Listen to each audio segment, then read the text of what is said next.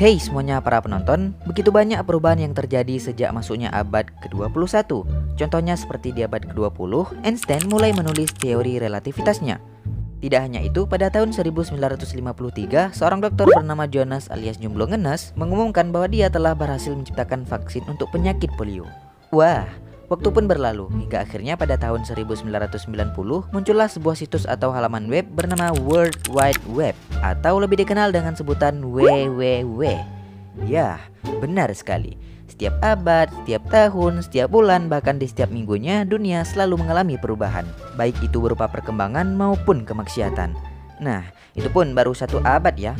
Lalu bagaimana dengan perubahan yang terjadi dalam periode waktu yang lebih lama, kawan?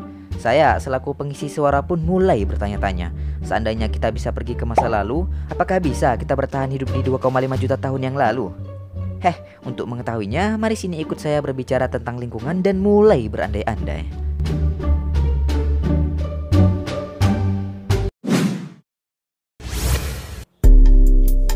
Pertama-tama kita akan mulai time travel ke masa lalu. Di sana kita akan hidup di zaman yang jauh dari kata serba ada. Tidak ada toilet baru, tidak ada Indomie cuma 2000 dan semuanya tidak ada. Ya, zaman Pleistocene, yang mana zaman ini dimulai sekitar 2,6 juta tahun yang lalu dan berlangsung sekitar 11.700 tahun yang lalu. Hey, ini adalah periode di mana zaman es baru terjadi. Selama periode ini terdapat puncak di mana sebagian besar air di bumi adalah es dan suhu rata-rata global saat itu adalah 5 sampai dengan 10 derajat Celcius. Yah, jauh lebih dingin dari sekarang. Sebelumnya perlu diketahui bahwa ini adalah tempat yang jauh lebih dingin dan lebih kering. Jadi saya yakin kalian semua akan mudah terkena panas demam dan yang lebih parahnya lagi, di sana tidak ada puskesmas, kawan. Oh iya, selama di sana kalau kalian beruntung, kalian juga akan berjumpa dengan nenek moyang manusia, yaitu si Homo habilis. Tapi daripada disebut nenek moyangnya manusia, spesies ini jauh lebih mirip dengan kera. Namun mereka bisa berjalan dengan kaki belakang serta bisa menggunakan kedua tangannya untuk membuat perkakas. Wow, meskipun mereka primitif, tapi mereka sangat ahli ya dalam masalah pertukangan. Berbeda dengan orang primitif yang kita kenal suka makan kodok, beberapa analisis kimia menunjukkan bahwa sebagian besar Homo habilis adalah vegetarian dan mereka tidak suka berburu.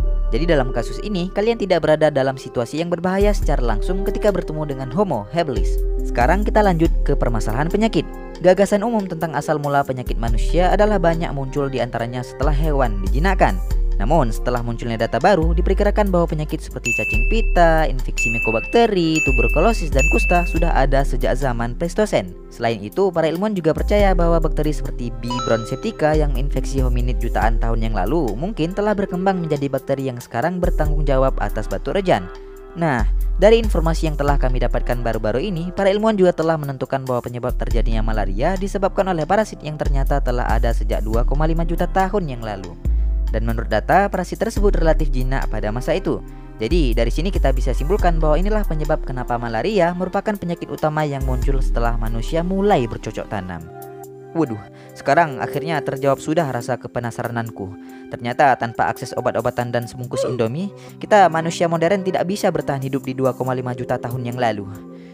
Tapi ya tidak apa-apa lah ya untuk sekedar hiburan dan menambah wawasan. Saya harap kalian bisa terhibur ya dengan adanya video ini.